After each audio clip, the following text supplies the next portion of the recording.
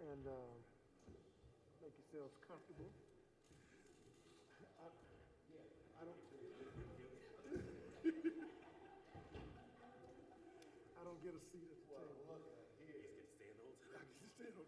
That's what I thought. I thought you got me a chair, man. You know my life.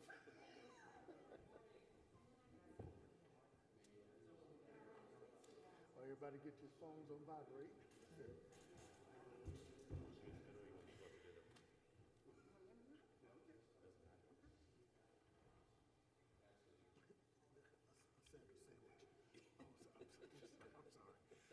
Sandra, you know what? You know what? I apologize for that. Just you.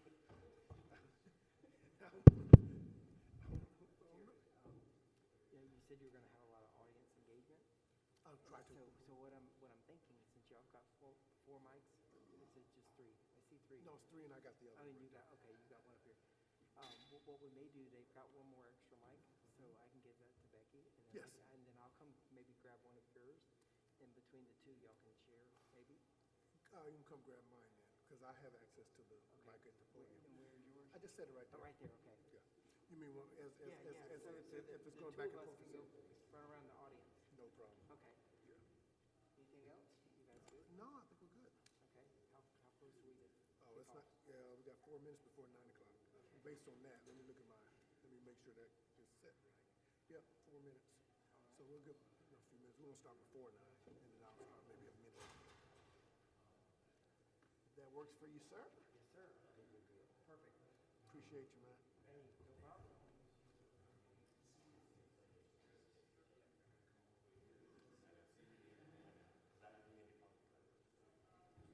Just a few things. Just a few things.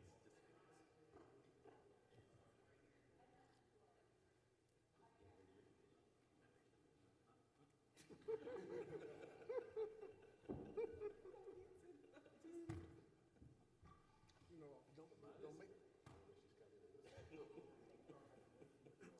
I was getting ready to say, don't make me separate you. I have to separate you.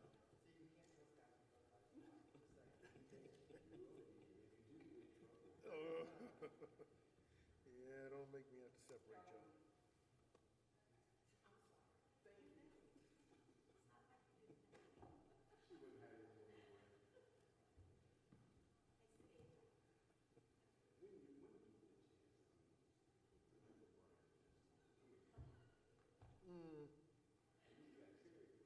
Well, you demand to be in the center, so you know it's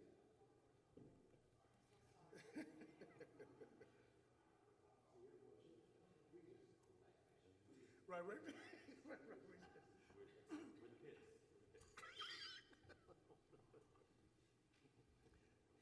we're the pits. And so don't be surprised if we break out in song. It might, I know we're gonna break out in song. There you go. Oh, no. You know what? I almost said something I ain't should have said.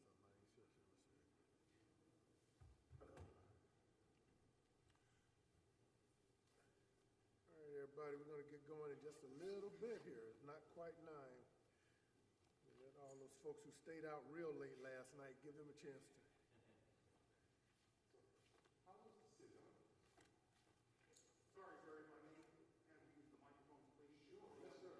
Apologize. Yes, sir. Yes, sir. Is that better? So, how were the cigars? Testing. 1, 2, 1, 2.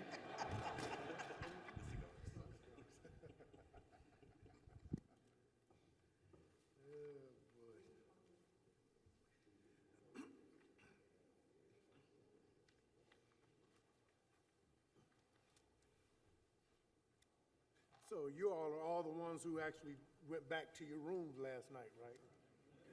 All right. You know, I have great respect for you. Great respect. I should have listened to you. No, I'm sorry. I should have done the same thing.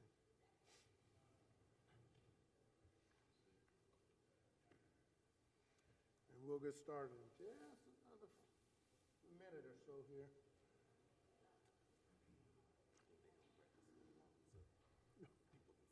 Can still eat. Mm-hmm. You guys want water?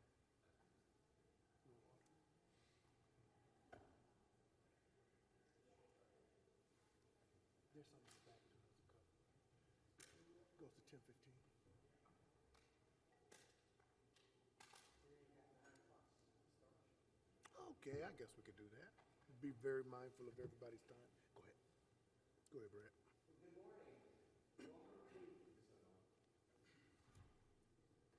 Brad. Good morning. Is that better?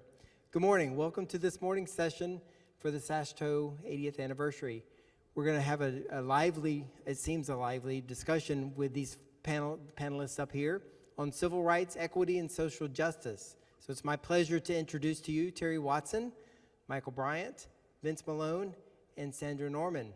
And the discussion is going to come from a perspective from Texas, Tennessee, Virginia, and of course the Florida DOT. So please welcome our speakers.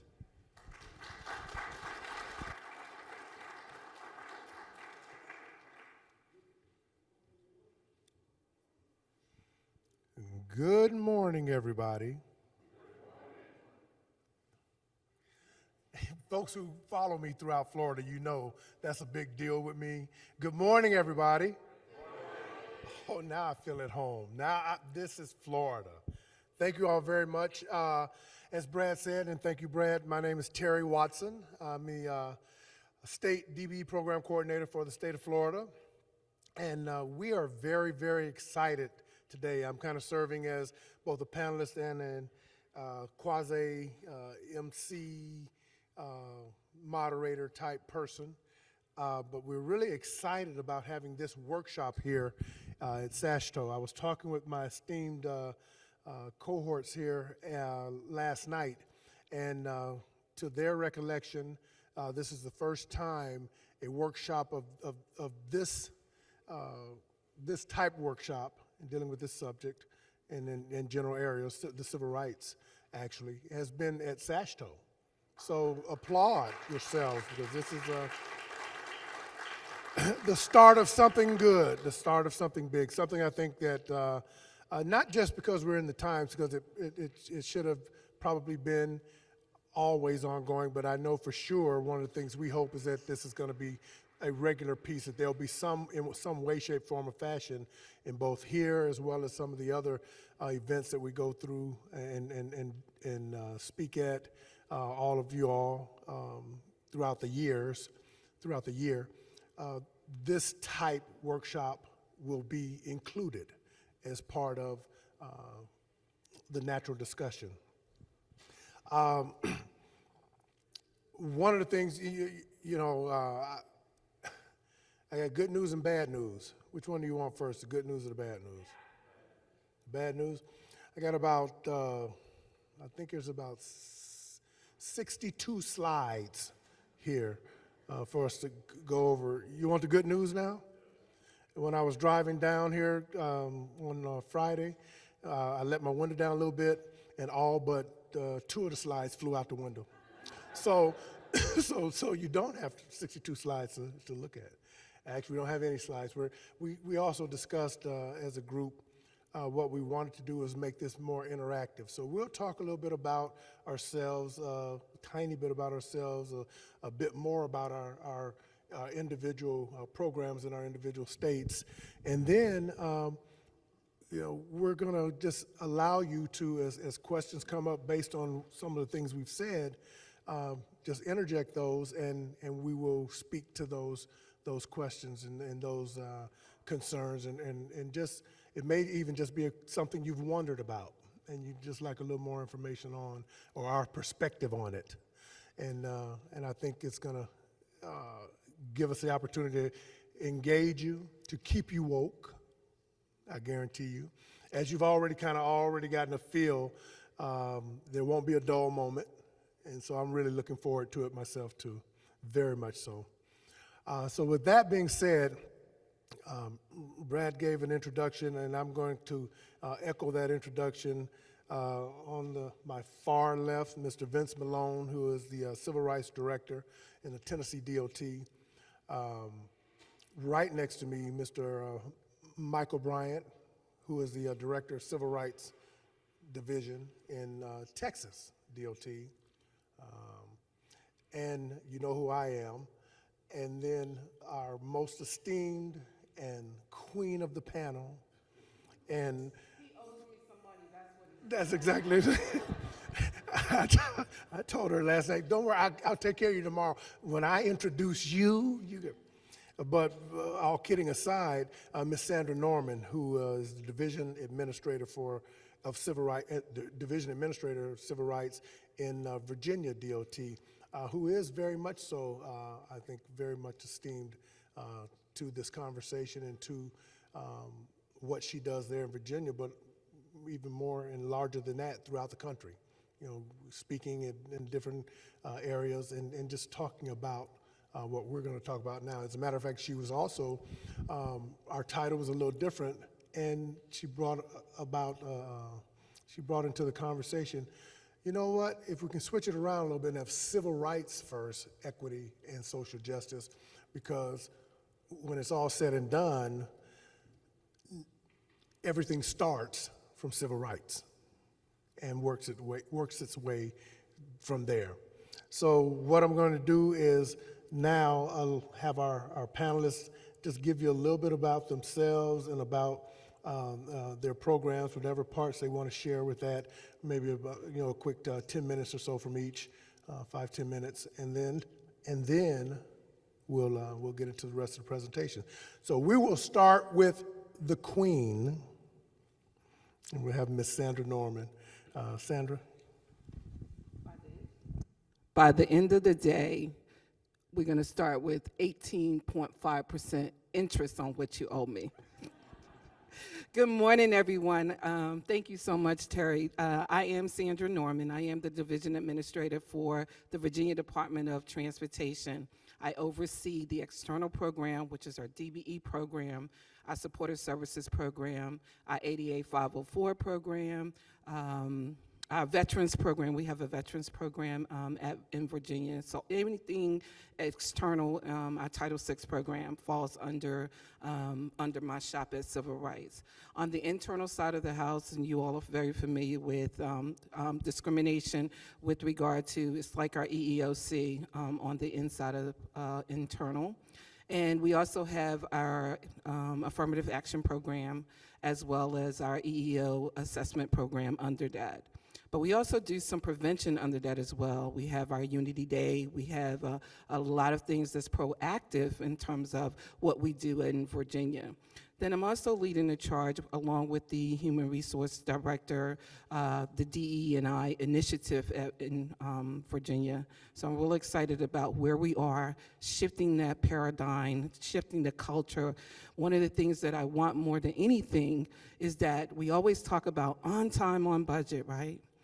On our projects. I want DE&I to be that mantra for who we are in Virginia. I'm excited this morning to have our CFO, Laura Farmer, in with me this morning. So thank you, Laura, for attending. And again, Laura is a prime example of what we're doing in Virginia in terms of shifting that paradigm. She is our CFO, and she happens to be a beautiful woman, right? And so long-held traditions that have been in our DOTs that have been predominantly male, predominantly white male. And so I am looking forward of the legacy to leave this DOT in a place when I walk out the door that the DE&I initiative is part of the daily conversation of what we do in the life cycle at Virginia DOT.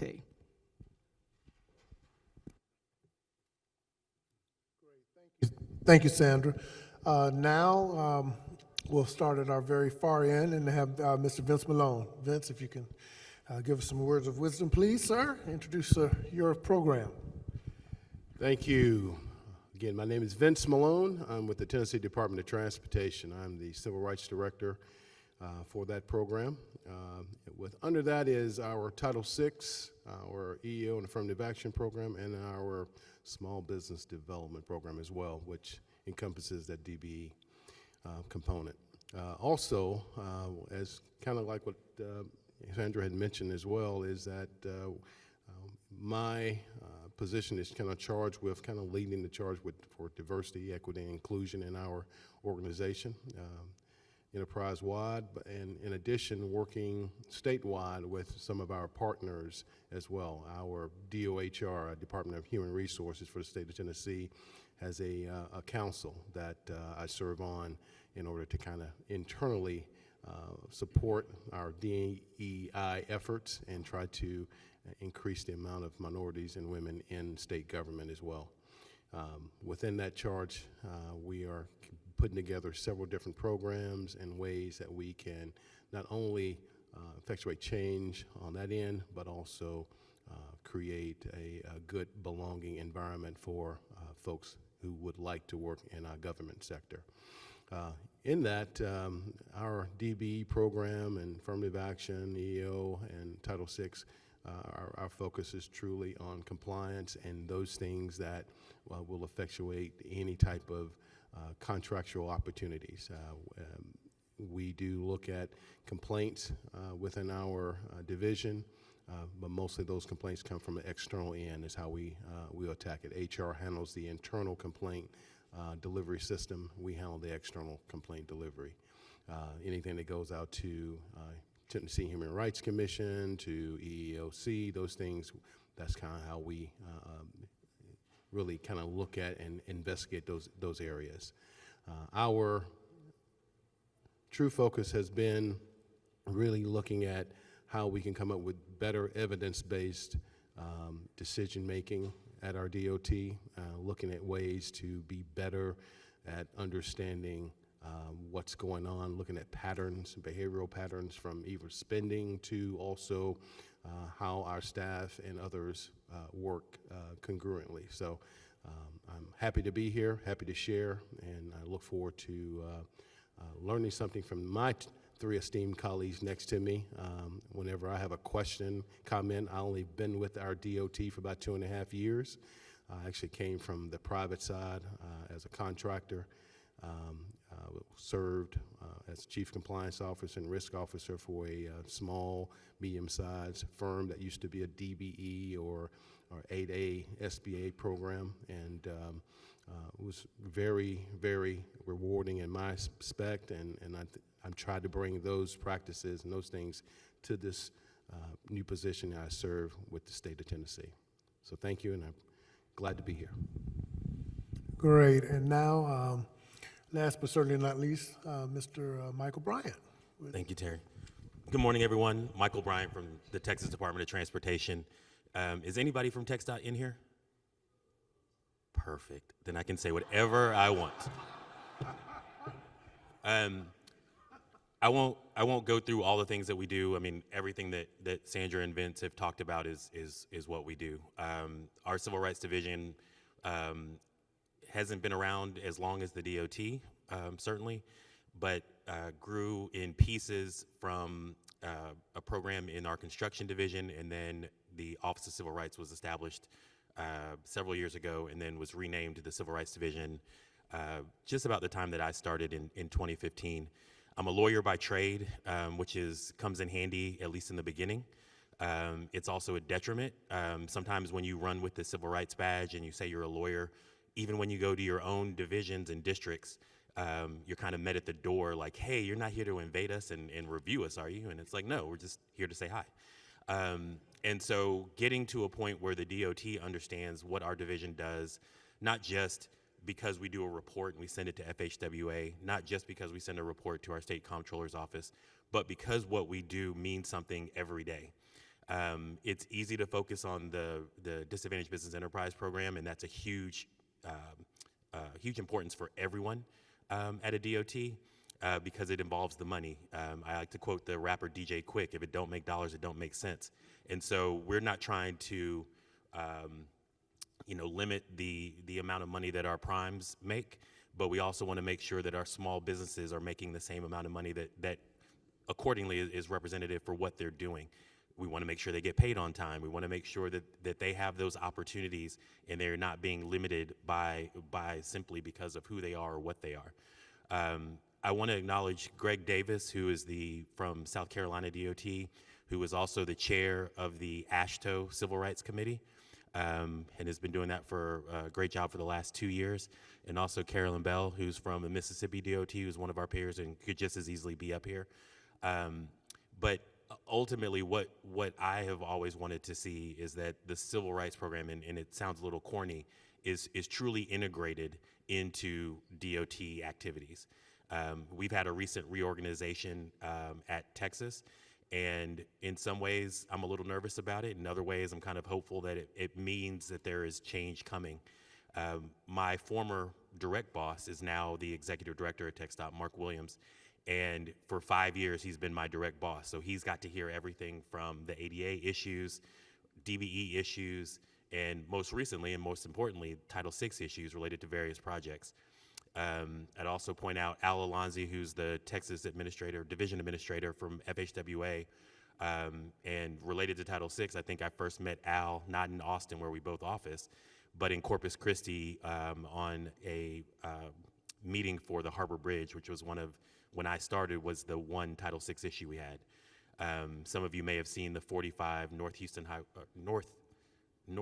Highway Improvement Project in Houston is currently undergoing review by FHWA, but there's been a lot of news articles, and it's an issue that is impacting states all across the country in terms of the historical implications of highway development, what that meant for certain communities, and how we address that 50, 60, 70 years later after some of those first highways were built, and how we can, as DOTs, provide some positive benefit and ultimately the social justice in those communities and as partners and as neighbors, and realizing that what benefits one can benefit all of us. Fantastic. And last for myself, again, Terry Watson with the state of Florida.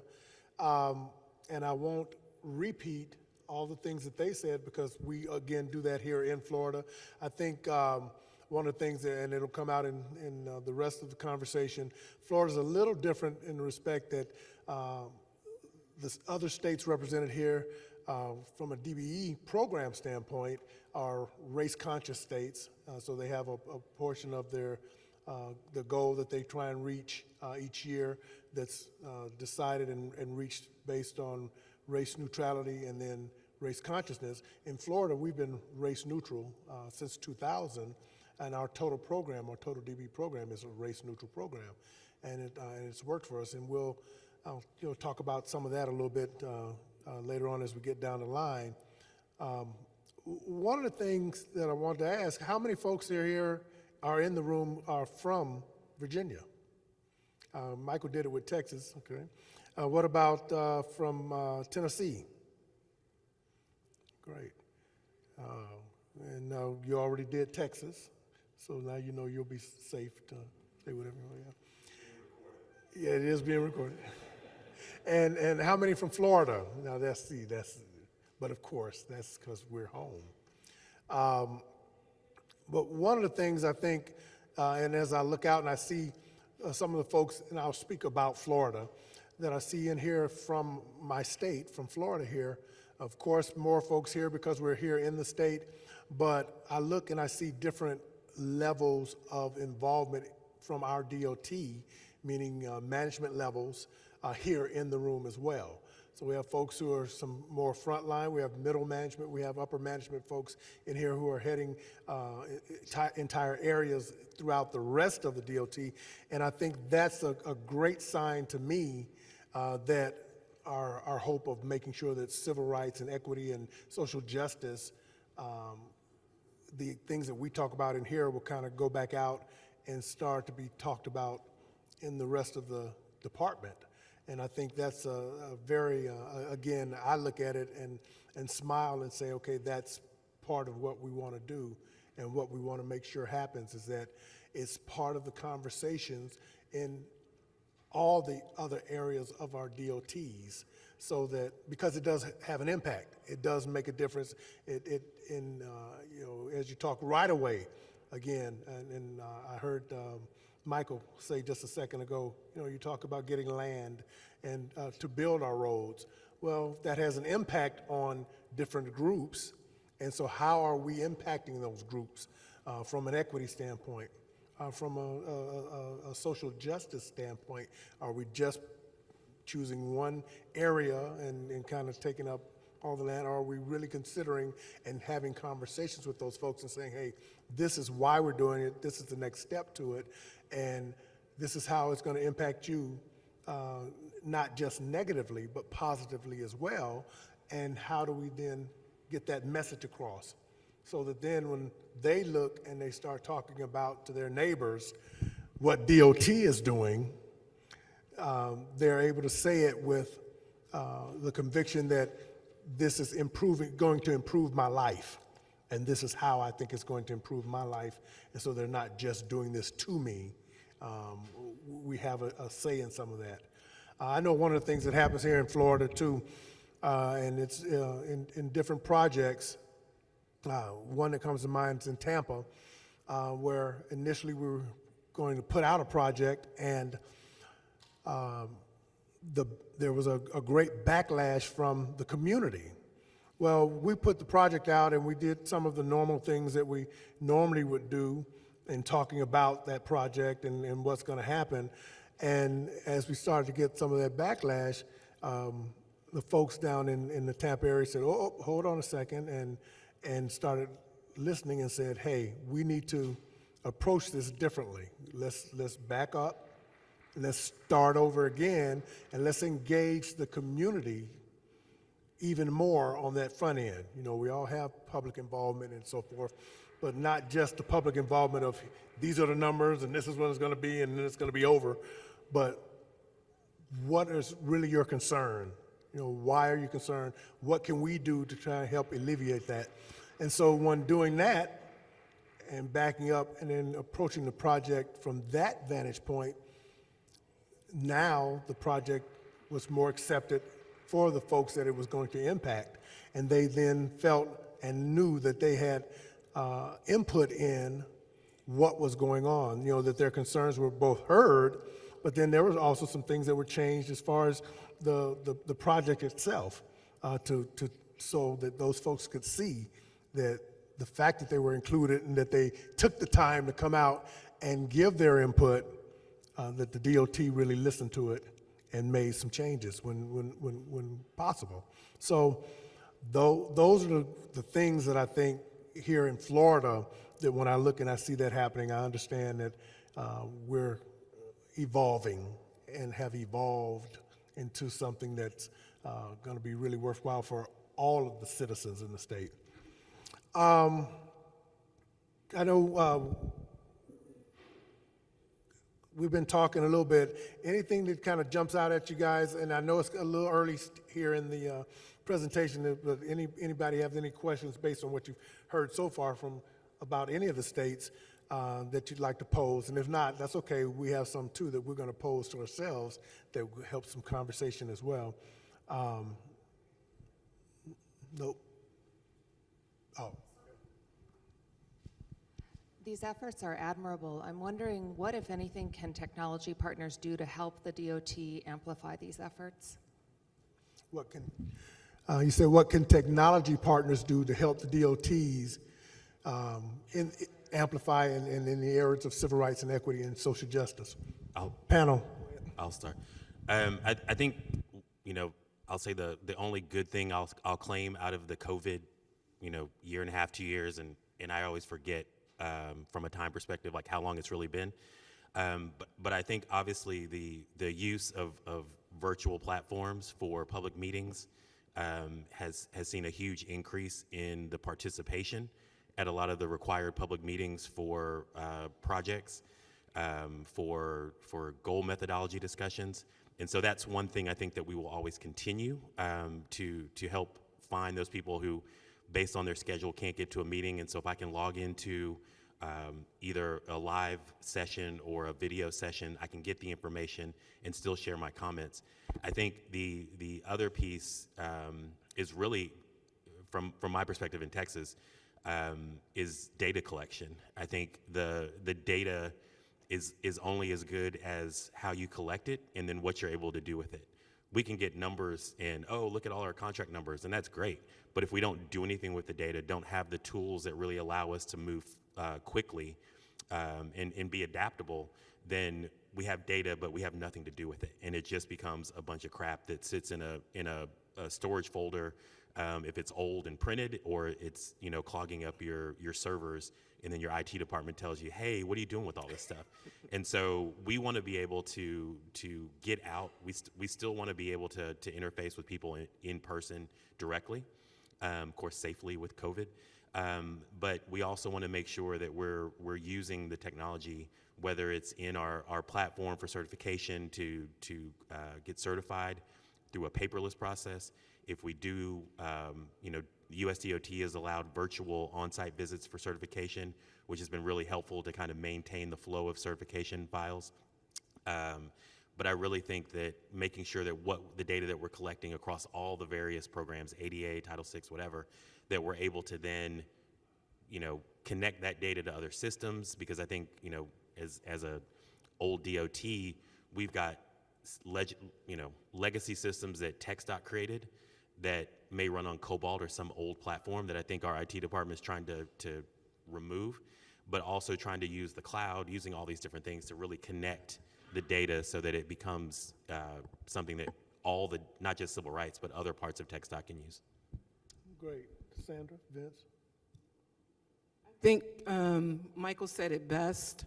In Virginia, we have finally stood up our civil rights labor management system, and what that allows is the prime to also put their payments in, put their payroll in. So it's an efficiency tool that we're using and trying to make sure that before it was more paper, and then the civil rights staff would have to kind of rework that and put it in the system. Now it allows the prime to put that in. So technology is really driving how we're doing business. And like Michael said, we've seen a lot of increase in terms of participation in all of the trainings that we're doing because of the platforms that we're using, across the board. The other thing that we also have to remember that we all, whether you're in construction, whether you're in right-of-way, whether you're in P3, we're all using that same data, right? So the best result is making sure that those systems talk to one another. And if we can come up with one of those kinds of systems across the DOTs, I think that would be absolutely wonderful. But that's what technology has allowed for us to do as well. In Tennessee, we use a platform called SASHTO for most of our construction projects. And many of you are very aware of those. But what we've kind of seen recently is to really make a very good effort in, let's say, DBE goal setting, for instance. There wasn't an interface that made it easy for us to utilize that data until later on we start utilizing Power BI, which is a Microsoft type system. And we've received and seen tremendous amount of support and effort from our IT division, and that has really helped us in our goal methodology, but also to getting rid of that black box scenario. A lot of times when we do DBE goals across state DOTs, when I started 2.5 years ago, how you guys come up with your goal? What's your methodology? A lot of it was kind of driven based off of a kind of a black box theory. I came from healthcare and insurance, and a lot of times the methodologies and the little algorithms that are built in there, they're pretty much in a black box scenario. So we really had to kind of drill down and find ways to pull that data out. ASHTO has a civil rights module that's attached to it, but it's really not very helpful for many, many years. I'm just telling you, as a practitioner, it wasn't helpful for us to really do a great job with it until we started matching up with better interface options out there. That has really kind of pushed us ahead of the spectrum a little bit, and I think that is going to kind of help us going forward. So to kind of answer that question too, what is it can technology partners do?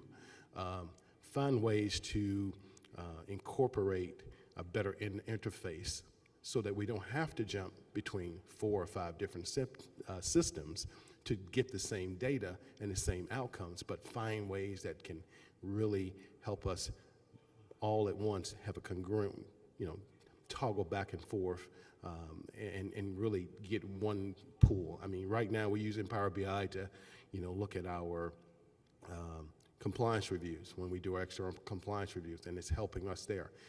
We're getting ready to launch a component, pulling it from Azure to help us with our prompt payment methodology. And how are we going to look at that and looking at projects? And in addition to that, we want to utilize it to help us with our program management component. Because at the end of the day, civil rights is about program management. Civil rights, project management, we're looking at projects, but the overall component is we're looking at the program in and of itself. And the only way to make the program successful is to make our construction side, which I'm probably making Joe Deering over here from TDOT very happy over there as I talk about it.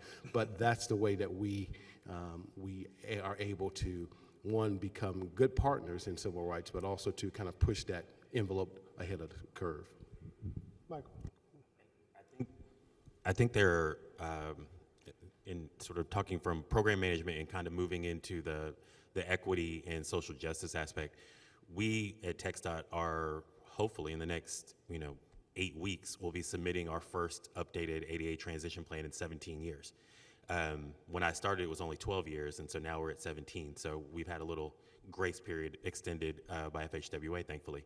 But one of those components that's really made and what sort of extended this process is that we're really incorporating GIS. We were already, our design division sort of had responsibility for our pedestrian accessible inventory, and so we're already using some of that. And so the layering of those data sets and data points has been really helpful, and then applying that to other aspects of our inventory, which includes our buildings and all of our facilities across the state. In addition to curb ramps and cutouts and those things. And so how can we use that information in other ways? So when we look at Title VI and also as a state that has NEPA delegation, when we're doing the environmental justice data reviews, being able to layer that data on top of other data really helps to make better choices in the project and delivery of those construction projects. So if we can get more updated data, whether it's census data or whatever, to really start to, what I'm hoping is that we kind of move into our unified transportation plan, which is our 10-year plan, and really being able to start to layer on Title VI and ADA on top of those possible projects in the future, so that we can do some of the, community outreach, 10 years in advance and really start to get a feel for the community. Because at the end of the day, I don't think that a lone person, and it only takes one person to file an ADA complaint. It takes one person to file a Title VI complaint. It doesn't need some large organization. Thanks to the internet, they can go on and file that complaint pretty easily. And so if we can start to do, some of those mitigation efforts that are just sort of being, again, good neighbors out front, then we can reduce that. And it really comes down to, do we have the data to know what this community is? Not just, oh, we heard the loudest person in the room who represents this community. It's really about, is there an EJ population? Is there a population that, speaks a different language than English as their primary language? And are you addressing them appropriately? And so a lot of these systems are out there. They just aren't connected well enough to really say, as a DOT, we can take all that information, look at one project and go layer on top of layer, and now we can make the better decision. Because we'll make a decision from this is going to be the best way to build it, but we're not looking at all those other aspects. And whether that's an environmental concern or a civil rights concern, that would be something I think that, again, as Vince talked about, making sure that those things are connected and talking to each other would be most helpful for planners and designers and civil rights professionals. Yeah, great, thank you. And from a Florida standpoint, one of the things that we did several years ago, of course, like everybody else, we were gathering data and putting it into an Excel spreadsheet, and then having to manually go in and change numbers that way. And then we bought a product off the shelf for our contractors to be able to use, and for us internally to use, to try and gather our DBE data, our DBE credits and our payment data and commitment data, and found out very quickly, one, that the company we bought it from off the shelf wasn't able to actually give us the customer service we needed when things didn't go right, and then also the product couldn't give it to us quite the way we wanted it, even though as we first talked to them about it, oh yeah, we can adjust and we can make that, make our product fit you. And so once we realized that that wasn't the case, we actually said, okay, well, fine, we're no longer going to spend money there. We're going to go internally. And we internally had our internal IT come in and actually get to know exactly what it was we were doing and what type of data we needed and why we needed it and where it was coming from, and really delve down into how we use that information and what information we needed.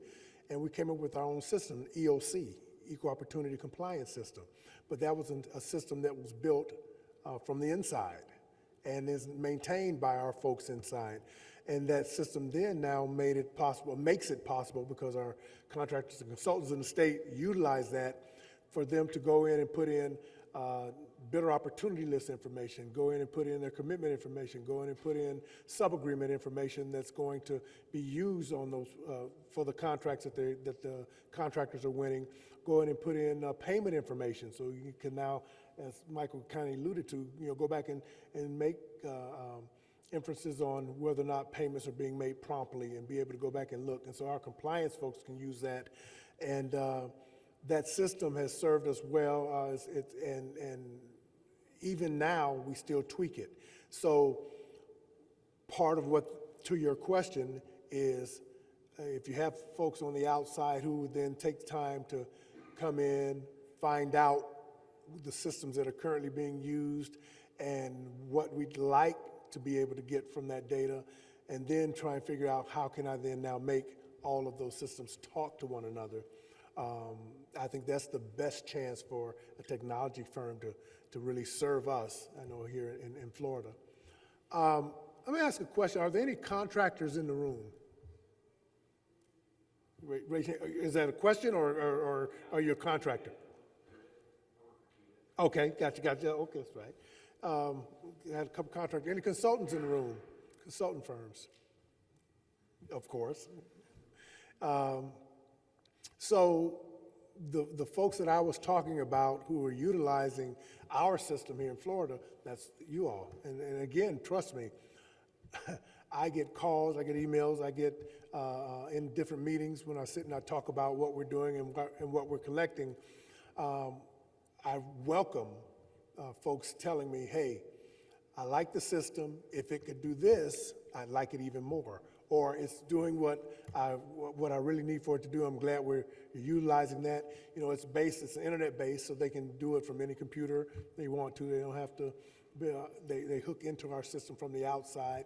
They have their own passwords and user IDs, so forth, so on. So that's one of the things that I think will help drive the technology piece of that too, and us getting better at it so that we can actually use it across the board for all of our areas.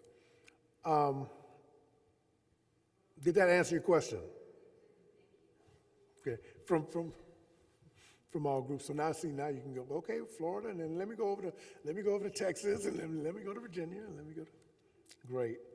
And even though we're the states that are represented, you can bet your bottom dollar our other partners in all the other states are dealing with the same things too, and looking and trying to advance their states too. Any questions that jump out? Oh, see some hands. Go ahead.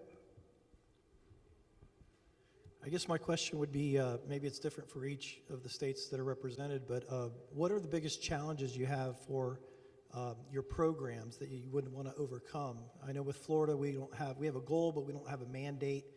And I guess what we would want to work towards is that, in a sense, things that don't get tracked don't get done, but how do we get to a point for where it's just organic? I mean, there's not a concern that the participation is going to be at the level that you all want. You might want to take that first. I'll talk all the time. I think for us, it's really about the involvement. For us, it's, the Associated General Contractors of Texas are heavily involved in what we do, all of TxDOT, but even the Civil Rights Division.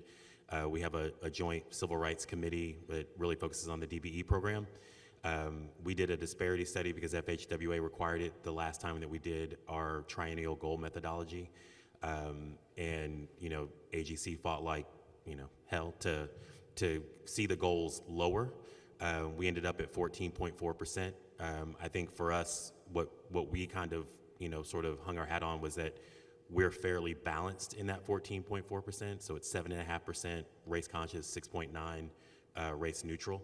But we still see more participation from a race conscious aspect.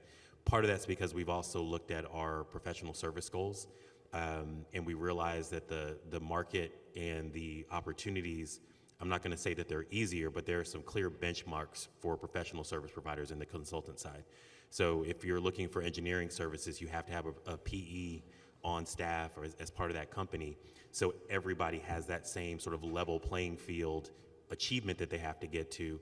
Whereas in the construction side and contractors, you know, if you've had experience and you started out working on a farm and you worked with heavy equipment, you kind of moved into, you know, taking that dozer and doing something else, and then you got onto a construction project, you've been doing it for 10, 15 years, you have that experience, and it's a question of, do you have the experience that's relevant for what TxDOT and all of our inspectors and all those things are going to kind of do with all the spec requirements and all the detail? Because again, if you screw it up, you know, there's some wiggle room, but we're going to hit you and you're going to have to go back and redo it. And that's going to ultimately take dollars out of your pocket.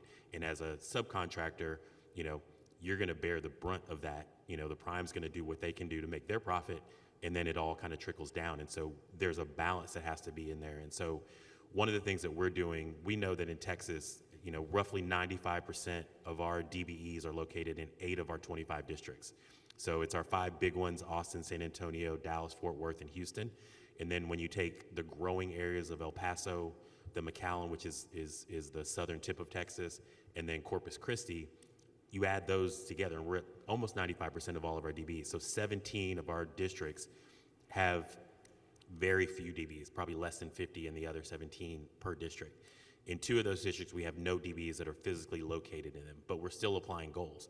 And we're not seeing contractors submit good faith efforts. And so something is working, but we're trying to figure out now, like, how do we create essentially, I don't want to call it a rural contractor program, but really looking to how do we make sure that we're identifying potential DBEs and small businesses that can do the work in those areas, but also acknowledging and recognizing the you know, limitations on contractors in finding DBEs, in how we set those goals on those projects. So we're trying to do a balance. We've seen in the last year and a half that we've exceeded our 14.4% by a lot.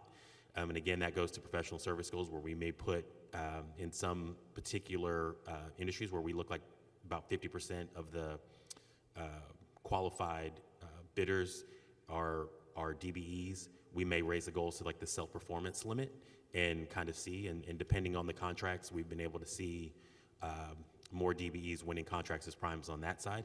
The unfortunate part, and this I think happens with professional services in lots of places, if the work authorizations don't get issued, then those DBEs aren't getting work. And so they get the contract, we get the benefit, we report it to FHWA, and they go, wow, look at your awards and commitments.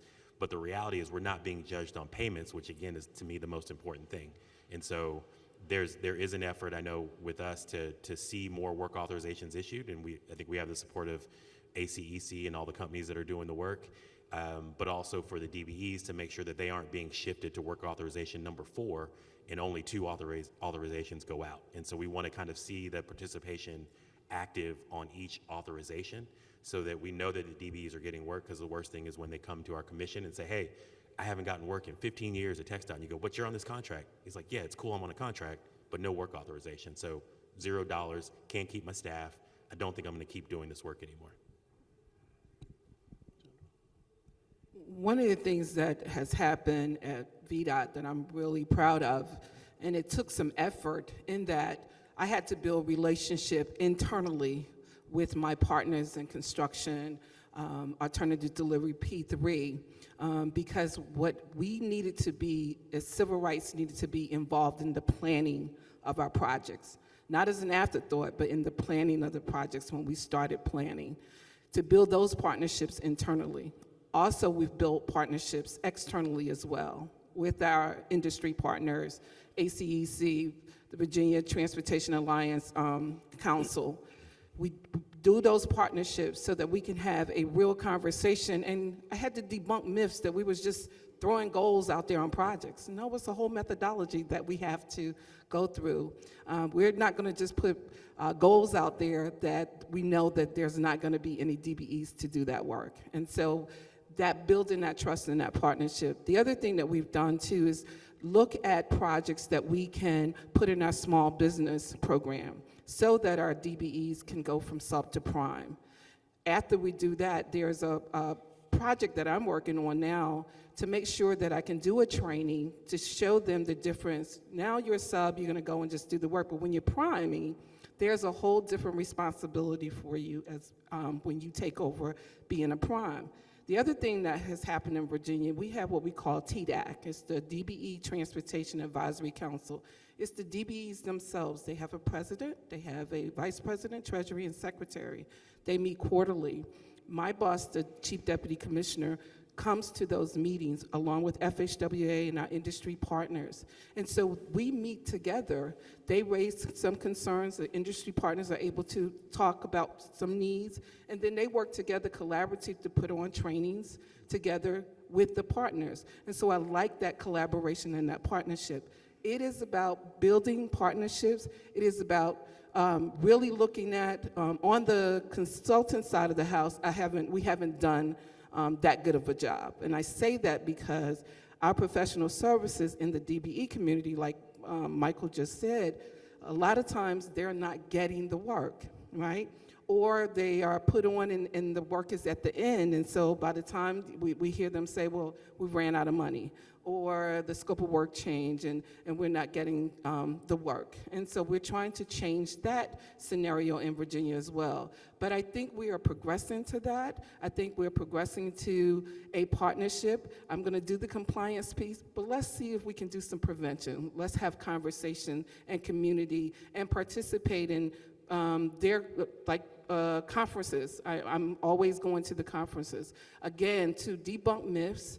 If there is something they don't understand, let's talk about it. I meet with the industry probably every quarter or when they call. I'm always there and available. They even have my personal cell phone number. But again, it's about building partnerships and debunking some of the myths and being present, having a role in the planning stages, not just in the afterthought.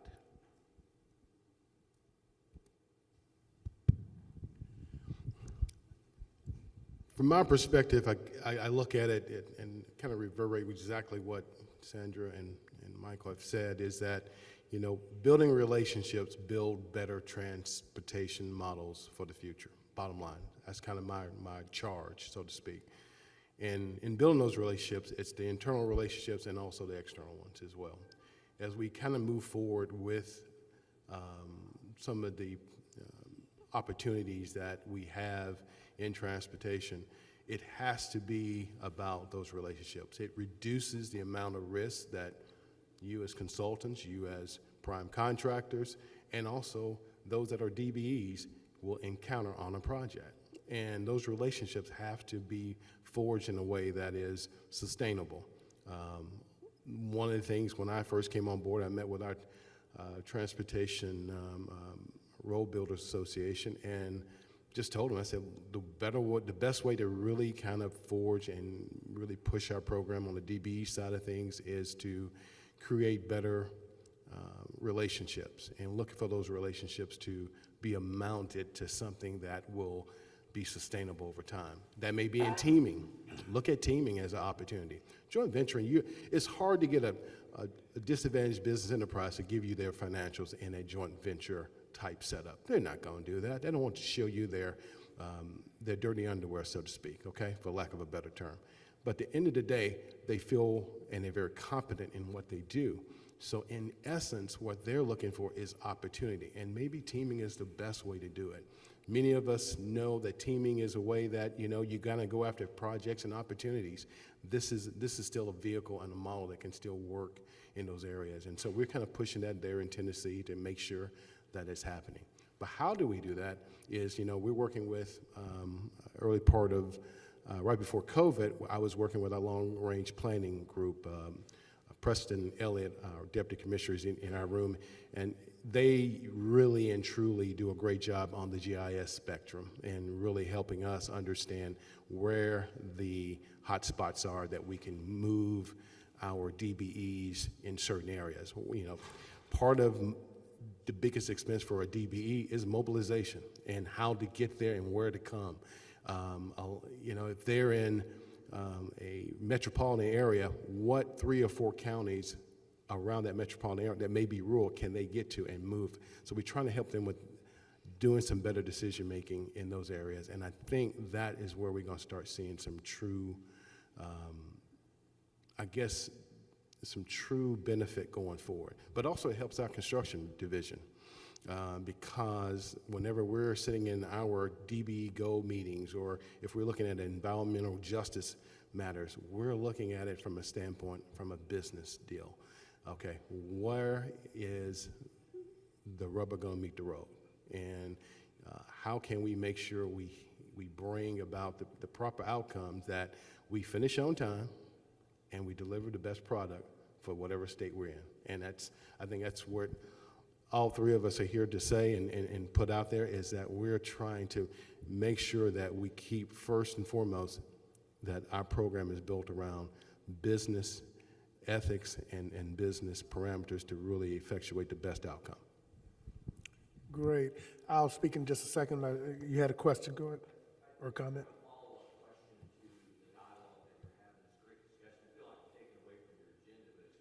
No, that's okay. The question that I have is really more on the workforce development side of the discussion, because at the end of the day, we want our projects to be, the people working on the job and the companies working on the job to be representative of the communities we're working in, right? That's the whole goal here. And so hopefully with the new transportation funding bills that are in the works right now, and everybody's busy as we speak right now, and we're going to be busier, I guess is the point.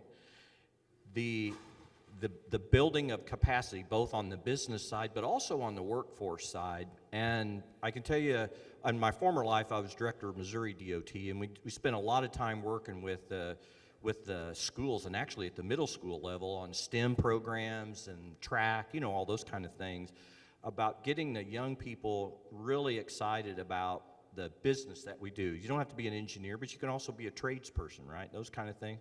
And so I would like to get your feedback and comments on what all of us can do, whether it's industry, the DOTs, the feds. We got our FHWA folks here about, there's supportive services programs, right? All those things that are out there. We've got to build the capacity, because this work's going to come out, and there's opportunities for work, and we've got to get them ready to come into the program. So anyway, just a comment here. No, that's great. Yeah, I would echo that. I think one of the things that we've tried to do is OJT is OJT. It's I'm not gonna say it's easy, but I have a really good staff person, LaShondra Shaw, who's got the program down, and we've seen a lot of success from the primes and even some subs, and so it's what do we do next, because that's a contractual thing. It's easy to track and document. Everybody's on board. So moving to other stages of workforce development, which is when we take our supportive services OJT money and we have a Texas Construction Career Academy that's focused on heavy equipment, getting those folks to go. It was a big deal a couple years ago for us to get our TxDOT HR staff in the particular districts to go to the graduation ceremonies. It's like these people can go work immediately at TxDOT, and in a lot of cases, it's easier to come work for TxDOT to start because of issues related to transportation and how I'm going to get from project to project. Whereas with TxDOT, they can go to one location, they crew up, and then they go out to the project, and they come back, and they can go home. And so that's been a huge thing for us. We're also looking at the local hire initiatives that FHWA has proposed. in some of our larger areas, Dallas and Fort Worth and Houston, to try to, and also because there's been some political pressure to like hire locally, they want us to hire local DBEs, but can't really do that initially. And so really trying to bring those things together. And also LaShandra's working on building out a program that kind of goes down into the middle schools.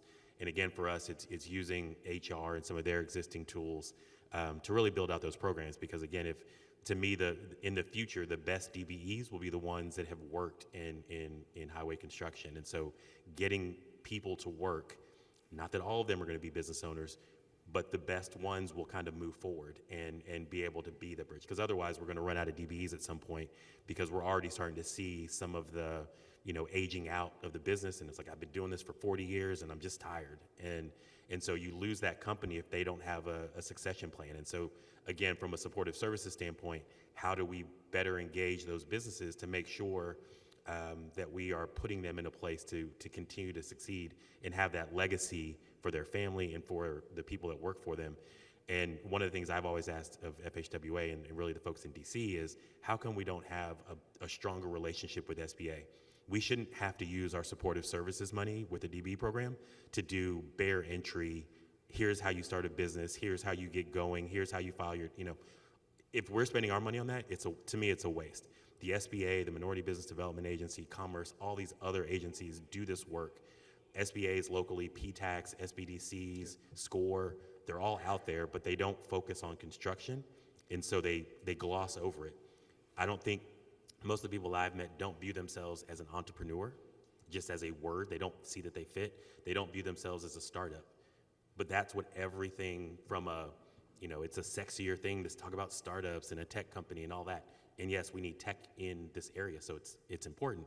But the companies that we're really focused on with most of our dollars on the construction side don't view themselves that way. And so even if SBA put a title on something, it said construction something, I think it would be helpful versus what we're doing right now.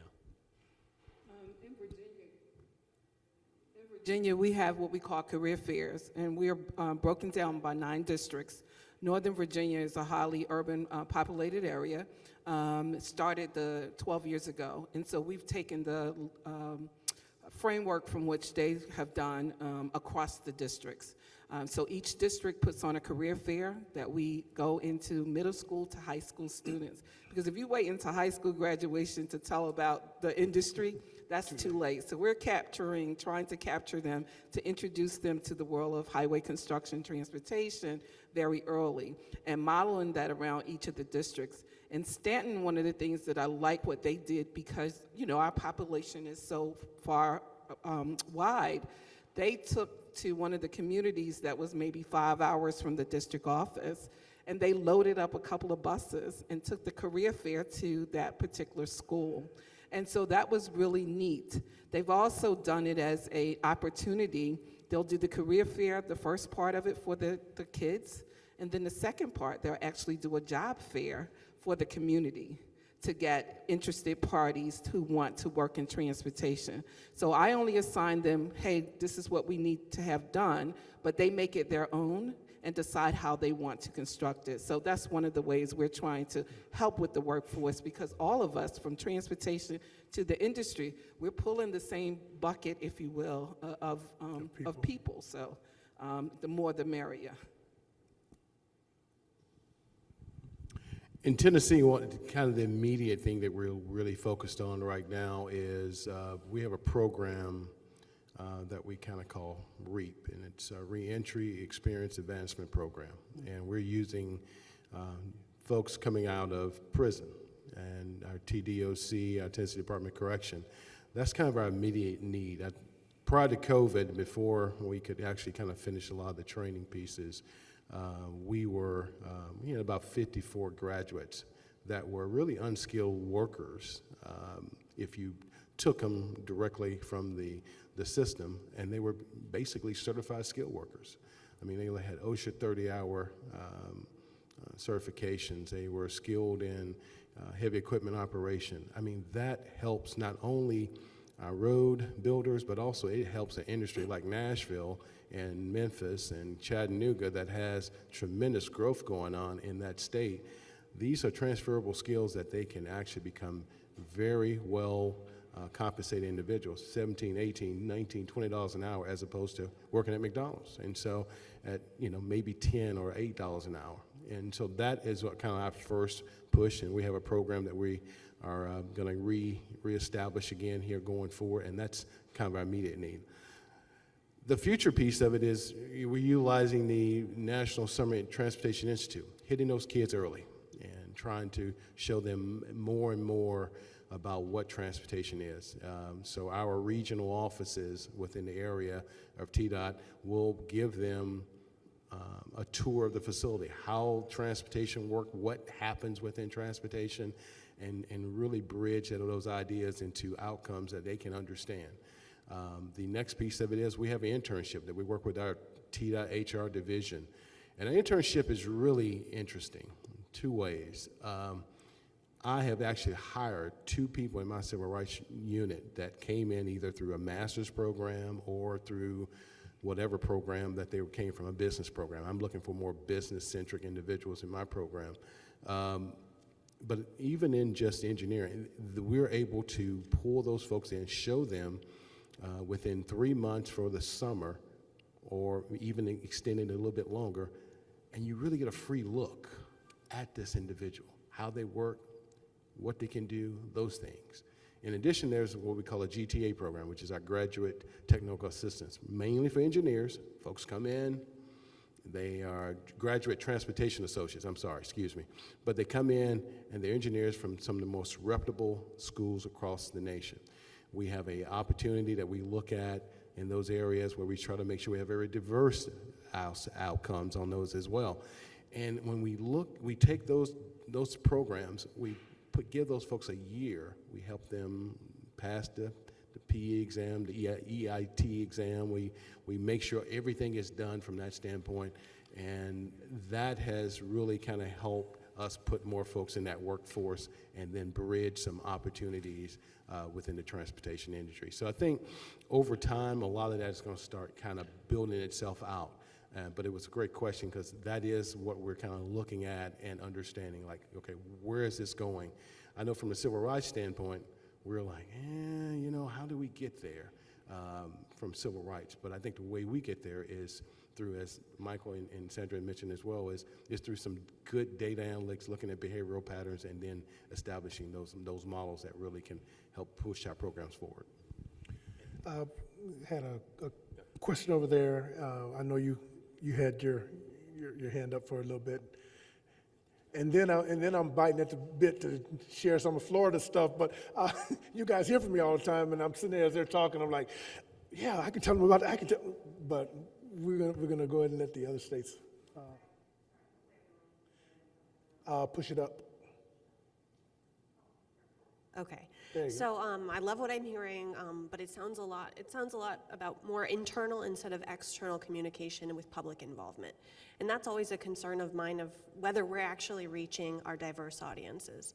So in our engagement process, or in any of your engagement process, are you evaluating, or do you have a strategy for evaluating the audiences that you're reaching, and maybe a strategy then of how we better reach the audience that we're seeing are not engaged in all of our projects?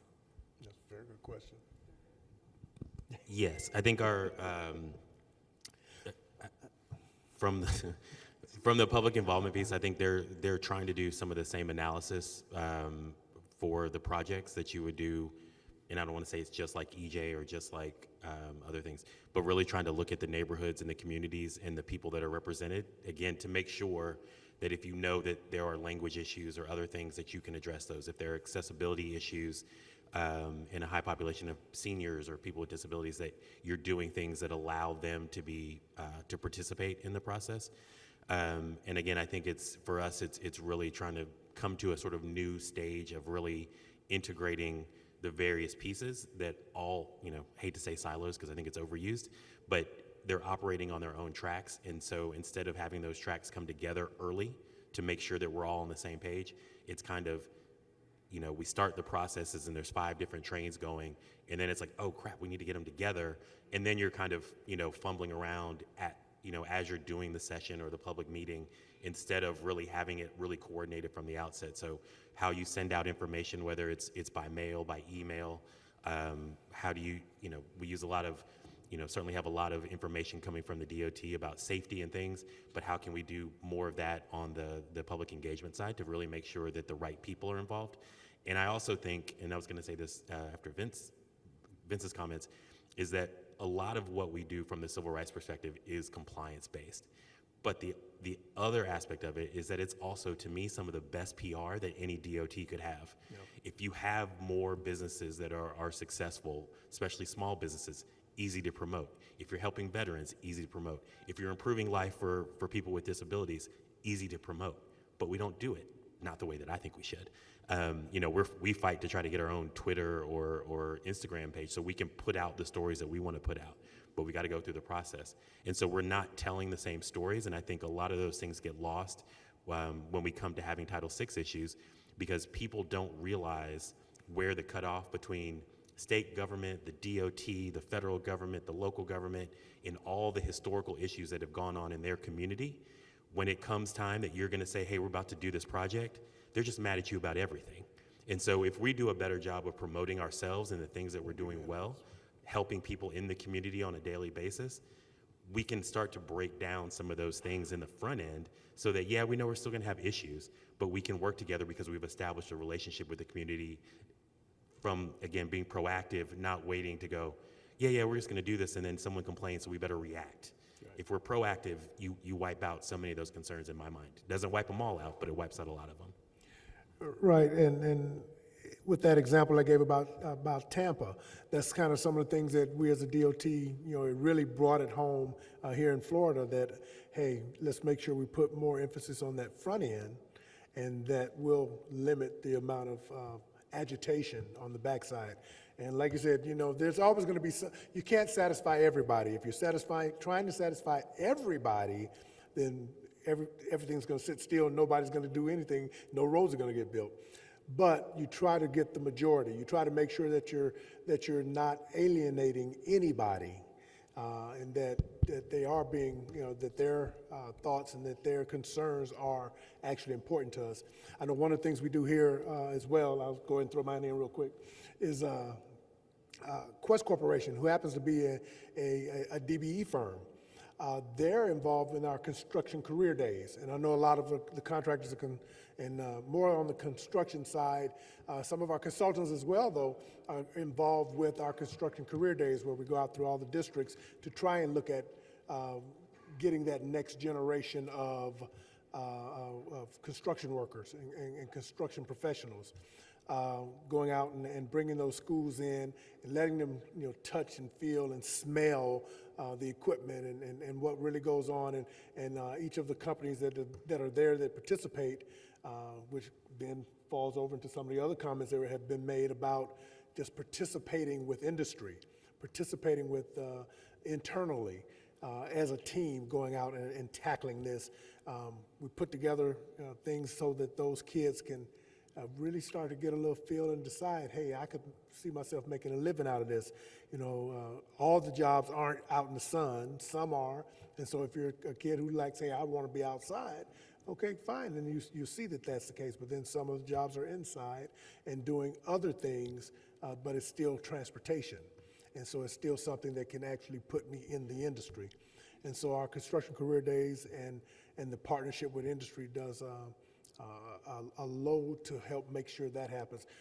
I was just on a TRC board just recently, and the contract we were doing was actually encompassing it encompasses the construction career days, but also looks at how do we just look at workforce, period, and part of the scope is going out to and showing us how you're going to go out and get folks who are ready to work right now. And Quest does, again, I'm giving them a shout out. They do a really good job of going in and working with our contractors and saying, hey, we'll do a job fair for you. We're going to set up a job fair, and if you bring people here from your company that can interview people on the spot, then you may find somebody and actually hire them on the spot. And so the more of that we do, I think serves our purpose. And then from a civil rights, and kind of bring it back to that, civil rights and equity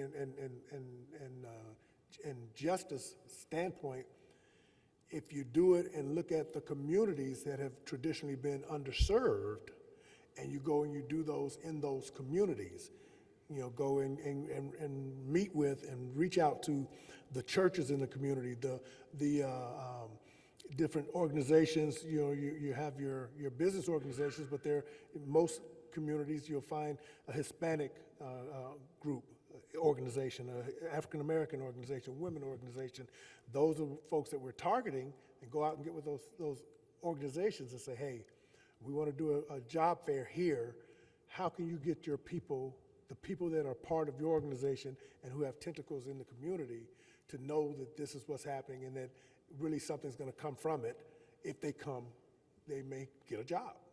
And so we're focusing more on trying to push it out that way and deal with it from a partnership standpoint. Yes, sir. You said something earlier, one of the, I don't remember who it was up there, but they talked about personal relationships. And I think that is the key. First of all, I'm in the central office with Florida DOT, and I have an engineering group. I also have a small aluminum structure shop, 4 people that work for me. I got about 12 FTEs, just counted them up, that work directly for me. And we also have some inmate labor down in the shop, and I even have a contractor that really works full-time for me in a little office. I have to concentrate on the FTEs, and I try to concentrate more with my direct reports, but I try to develop a personal relationship with everybody that works with me. I have people of different races, different genders, you know, male, female. I have old people, I have young people, and really what you have to do is you have to get down and know these people, understand what they do, and encourage them in every way possible. I got one lady, she's going to law school. She's a technician. I'm encouraging this. I want her to be the best she can be, you know what I mean? And the thing is that when you see somebody slipping a little bit, they're not doing good work. There's probably a reason for that. And you try to drill into that and find out what's going on. And I look for them for my support too. So, and I also have a lot of inter-office relationships that I develop and you have to be aware that people are people. We're all we all have common interests and everything else. Yep. And that's the way it all begins as far as I'm concerned. No, totally agree, totally agree. Go ahead, Vince. And kind of to your point there, I guess, when you look at, you know, the heading of our session here, you know, civil rights, equity, social justice, to your point, relationships are really the foundation of what we're trying to do here. This is my first SASHTO meeting, okay?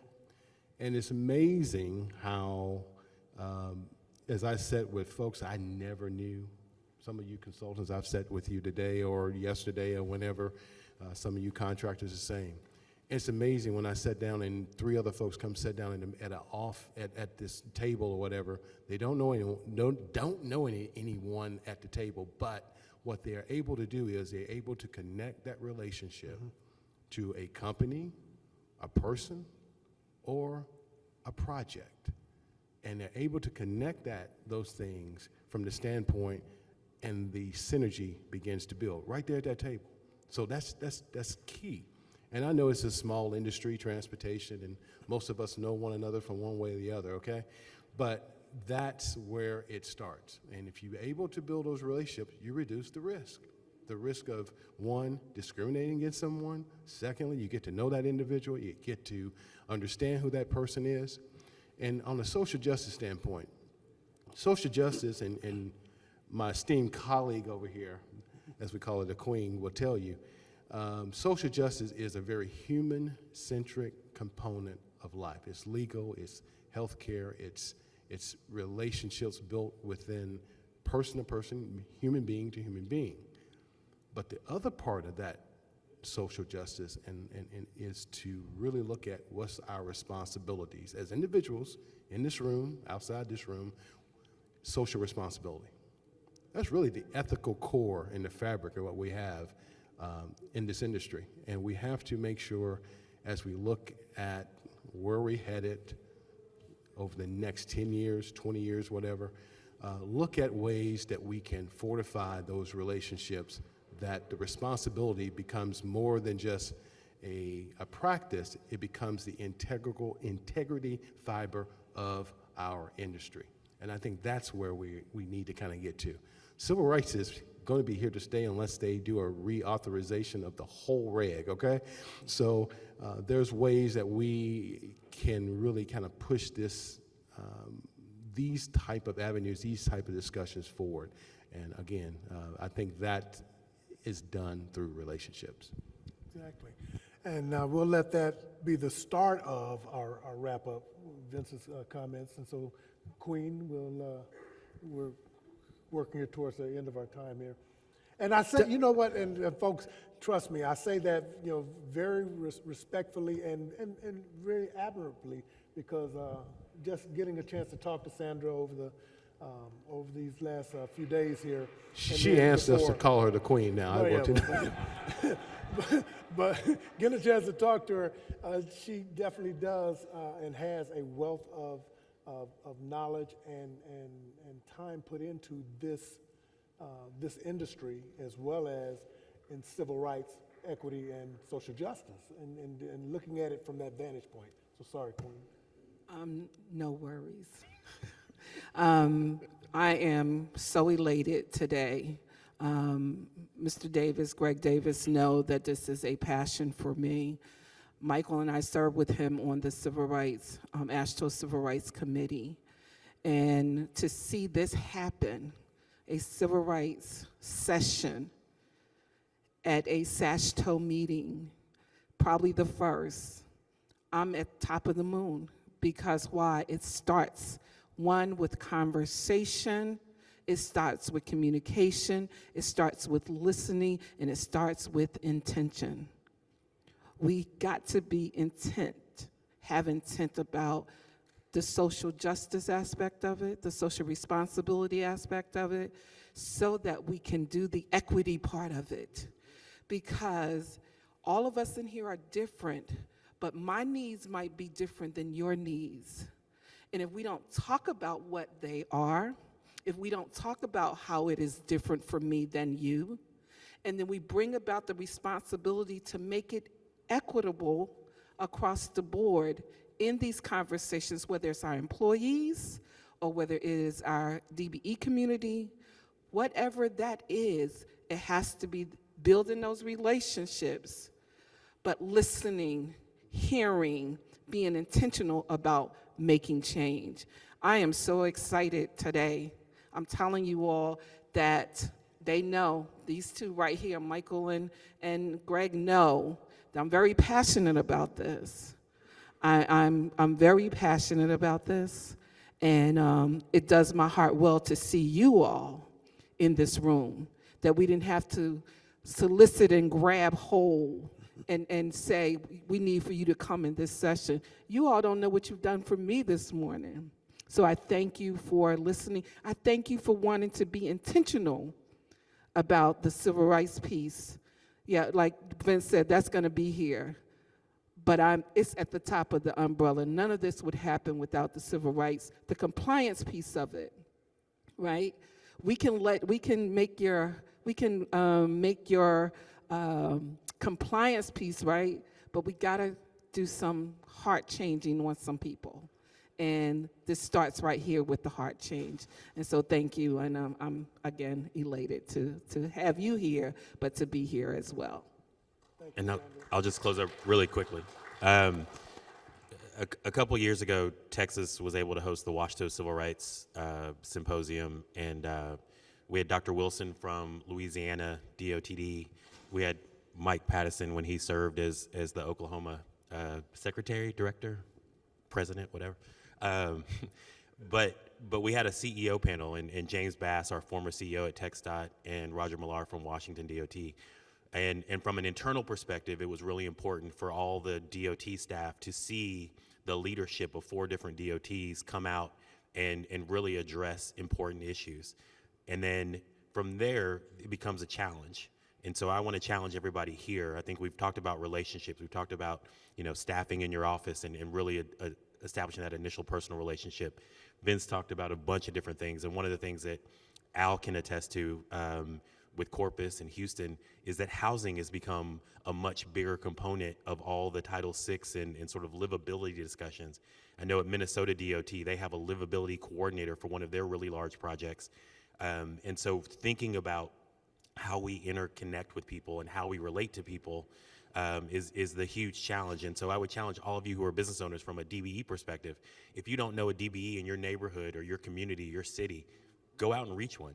If you haven't hosted an open house for other small businesses to come talk to you and meet with you, if you're bidding as a prime, that's on you. And you should just have that relationship, create those opportunities. And if you can't do it yourself, share it with somebody else. Pass on some of the information you learned today. Because again, those relationships are so vital and important to how we're going to grow businesses, how we're going to build capacity. But we all know as easy it is to go into the large exhibit hall and sit at a round table and meet 6 different people that you didn't know before. If you're a business that doesn't have that opportunity, if you're a community member that doesn't have that opportunity, think how hard it is to think that you can walk into a room and have those connections. So take what you've learned here, what you've learned at the SASHTO conference, and take that back home with you and introduce yourself to someone who doesn't know you, who can help you, but you can also help them. And that's what I would leave today. Fantastic. Thank you very much. And then I'll close with saying, earlier on I mentioned that Florida was a race-neutral state, a DBE program state.